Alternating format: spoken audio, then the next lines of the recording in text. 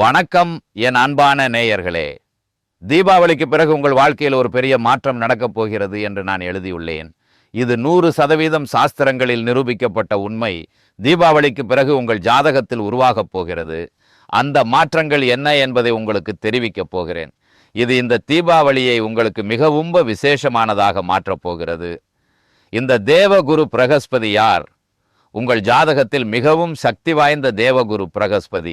இவர் பணம், செல்வம், புகழ், மதிப்பு, கௌரவம் ஆகியவற்றின் காரக கிரகம் ஆவார்.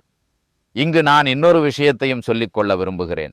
உங்கள் மீது சனியின் 7.5 சனி நடந்தாலும் இந்த கணக்கீடு இந்த தீபாவளியில் உங்களுக்கு ஒரு மிகப்பெரிய பரிசை நிச்சயம் கொடுத்து செல்லும். தேவகுரு பிரகஸ்பதி உங்கள் ஜாதகத்தின் சர்வ வல்லமை படைத்த கிரகம். இவர் உங்கள் ராசி அதிபதியாகவும் உங்கள் தொழில்துறையின் 10ஆம் வீடு அதிபதியாகவும் இருக்கிறார். மேலும் தீபாவளிக்கு பிறகு இவர் மிதுன ராசியை விட்டு விலகி கடக ராசியிலும் தனது உச்ச நிலையிலும் பிரவேசிக்கப் போகிறார்.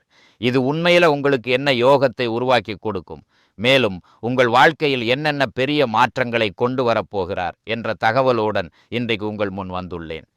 தீபாவளிக்கு பிறகு தனது உச்ச ராசியிலும் உங்கள் ஜாதகத்தில் ஒரு திரிகோண பாவத்தின் அதிபதியாகவும் 10ஆம் வீடு திரிகோண பாவம் 9ஆம் வீடு வீட்டின் மீது பார்வை செலுத்தும் போது இவர் நுழைந்தவுடன் இந்த தீபாவளிக்கு பிறகு நீங்கள் நினைத்து பார்க்க முடியாத லாபத்தை உங்களுக்கு வழங்கப் போகிறார்.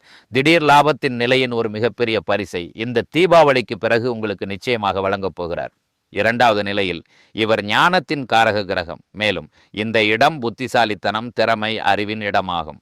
இந்த இடத்தில் அமர்ந்து நீங்கள் உங்கள் புத்திசாலித்தனம் மற்றும் திறமையின் ஆற்றலின் பலத்தால் வாழ்வில் சில முடிவுகளை எடுப்பீர்கள்.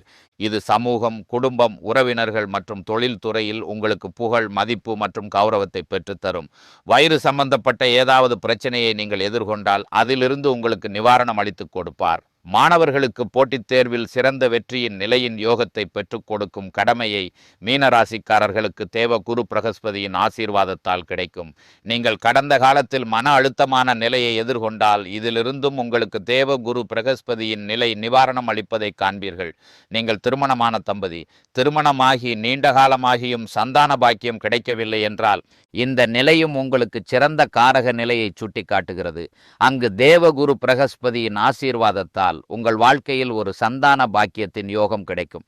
தேவகுரு பிரகஸ்பதி எங்கு அமர்கிறாரோ அங்கிருந்து 5வது வீட்டையும் 7வது வீட்டையும் 9வது வீட்டையும் பார்க்கிறார். இந்த தீபாவளியில் தனது அமிர்த பார்வையால் தேவகுரு பிரகஸ்பதி உங்களுக்கு 2வது பரிசை என்ன கொடுக்க போகிறார் என்று தெரிந்து கொள்வோம். இவரது 5ஆம் பார்வை உங்கள் பாக்கியஸ்தானத்தின் 9ஆம் வீட்டின் மீது விழும்.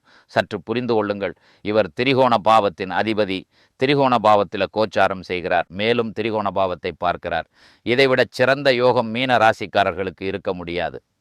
தேவகுரு பிரகஸ்பதியின் 5ஆம் பார்வை உங்கள் பாக்கியஸ்தானத்தின் மீது விழும்பொழுது கடந்த காலத்தில் 7.5 சனியால் நீங்கள் செய்யும் வேலைகள் தடைபட்டு கொண்டே இருந்தது. மீண்டும் மீண்டும் இந்த காரியம் இப்போது நடக்கப் போகிறது என்று நீங்கள் நினைத்து கொண்டிருந்தீர்கள். பிறகு அதில் ஏதாவது தடை வந்து நின்று கொண்டிருந்தது. இந்த நிலையிலிருந்து வெளியே வந்து மிகவும் அழகான விதத்தில் உங்களுக்கு தேவகுரு பிரகஸ்பதியின் ஆசீர்வாதம் கிடைக்கப் போகிறது. தந்தையின் ஆரோக்கியத்தை பலப்படுத்துவார். தந்தையுடன் புரிதல் சம்பந்தமான பிரச்சனை நடந்தால் அதை முடிவுக்கு கொண்டு வருவார். ஏதாவது வெளிநாட்டு பயணம், வெளிநாட்டில் குடியேறும் நிலை குறித்து நீங்கள் யோசித்துக் கொண்டிருந்தால், ஏற்றுமதி இறக்குமதி வேலையை செய்வதை பற்றி யோசித்துக் கொண்டிருந்தால் இந்த நிலையை உங்களுக்கு தேவகுரு பிரகஸ்பதியின் ஆசீர்வாதத்தால் கிடைப்பதை காணலாம். இங்கிருந்து தேவகுரு பிரகஸ்பதியின் 7ஆம் பார்வை உங்கள் 11ஆம் வீட்டின் ஆதாயஸ்தானத்தின் மீது விழும். இந்த 11ஆம் வீடு என்ன? இது உங்கள் ஆதாயத்தில் வளர்ச்சியின் இடமாகும். இது உங்கள் ஆசைகளை பூர்த்தி செய்யும் இடமாகும். இது மூத்த சகோதர சகோதரிகளின் இடமாகும். இது சின்ன சின்ன நோய்களின் இடமாகும். இந்த இடத்தில் தேவகுரு பிரகஸ்பதியின் அமிர்த பார்வை விழும்போது ஒன்றுக்கு மேற்பட்ட ஆதாயத்தின் பரிமாணங்களை தேவகுரு பிரகஸ்பதி உங்களுக்கு உருவாக்குற கடமையை எடுத்துக்கொள்கிறார். நீங்கள் ஒரு வியாபாரம் செய்து கொண்டிருந்தால் அதில் மிகப்பெரிய வெற்றியை உருவாக்குவார். நீங்கள் வேலை செய்து கொண்டிருந்தால் 2வது வருமானத்திற்கான வழியையும் ஏற்படுத்தி கொடுப்பார். மேலும் வேலை செய்பவர்கள் பதவி உயர்வு மூலம் ஆதாயத்தில் வளர்ச்சி ஏற்படுத்தி கொடுப்பார். ஆசைகளின் பாவமான இந்த இடம் உங்கள் எந்த ஒரு விருப்பமும் மனக்கோரிக்கையும் பூர்த்தியாக வேண்டும் என்று நீங்கள் விரும்பினால் அதற்காக நீங்கள் நீண்ட காலமாக முயற்சி செய்து கொண்டிருந்தீர்கள்.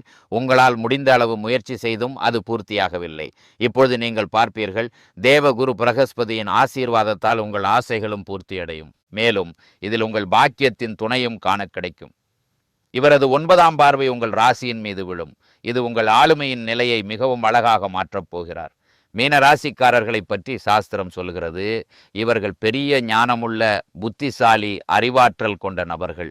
ஆனால் 7.5 சனி தொடங்கியதிலிருந்து நீங்கள் கவனித்துக் கொண்டிருக்கிறீர்கள். நீங்கள் எடுக்கும் எந்த முடிவுகளும் தவறாக போகின்றன. என்ன செய்ய விரும்புகிறீர்கள்? நடப்பது என்னவோ வேறு, அதன் விளைவுகள் வேறு ஏதோவாக வருகின்றன. ஆனால் தேவகுரு பிரகஸ்பதியின் உச்சநிலை பார்வை உங்கள் லக்னத்தின் மீது வருவது மீன ராசிக்காரர்களுக்கு மிகவும் அழகான நிலையை உருவாக்கி கொடுக்கிறது. நீங்கள் பார்ப்பீர்கள், உங்கள் ஆளுமையின் நிலைகளில் ஒரு தனி புதுமை வரும். மானசீக அழுத்தம், பதற்றம், மனச்சோர்வு ஏற்பட்டால் அது முடிவுக்கு வரும். உங்கள் முடிவு எடுக்கும் கண்ணோட்டம் முற்றிலும் வேறு விதமாக செயல்படும். கடந்த காலத்தில் நான் எந்த தவறுகளால் வெற்றி பெற முடியவில்லை என்று உங்களுக்கு தெளிவாக புரியும்.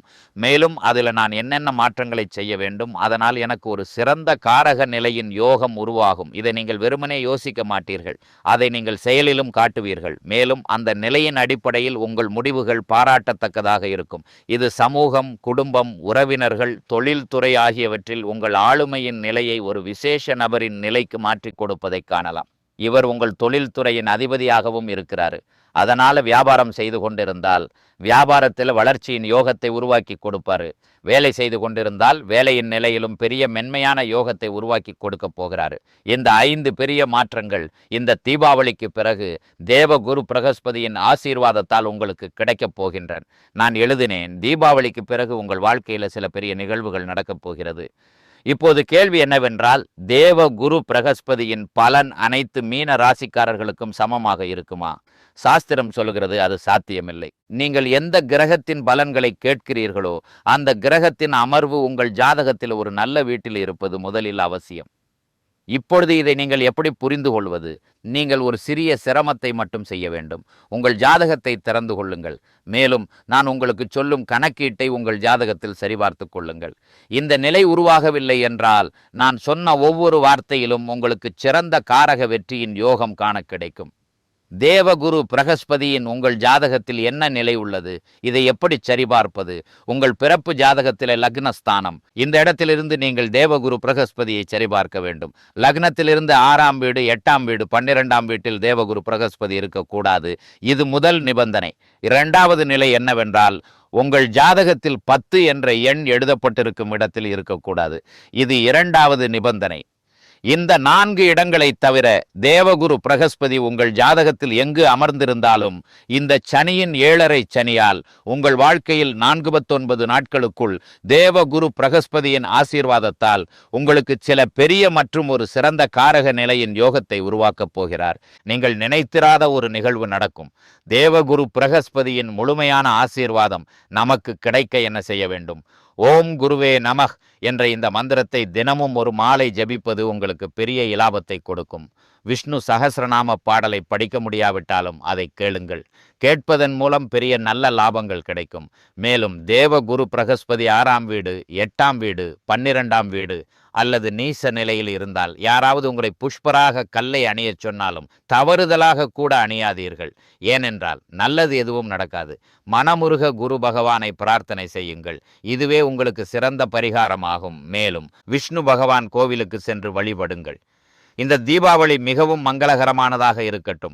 தேவகுரு பிரகஸ்பதியின் ஆசீர்வாதத்தால் நீங்கள் நீண்ட காலமாக பெற விரும்பிய அனைத்து வகையான பௌதிக சுகங்களையும் இந்த தீபாவளியில் நீங்கள் சம்பாதிக்க வேண்டும். மகாலட்சுமி, விநாயகர் மற்றும் குபேரனின் ஆசீர்வாதம் இந்த தீபாவளியில் உங்களுக்கு கிடைக்க வேண்டும். இந்த வாழ்த்துடன் உங்களிடமிருந்து விடைபெறுகிறேன். நாளை மீண்டும் ஒரு புதிய தகவலுடன் உங்கள் முன் வந்து நிற்பேன். அதுவரை வணக்கம்.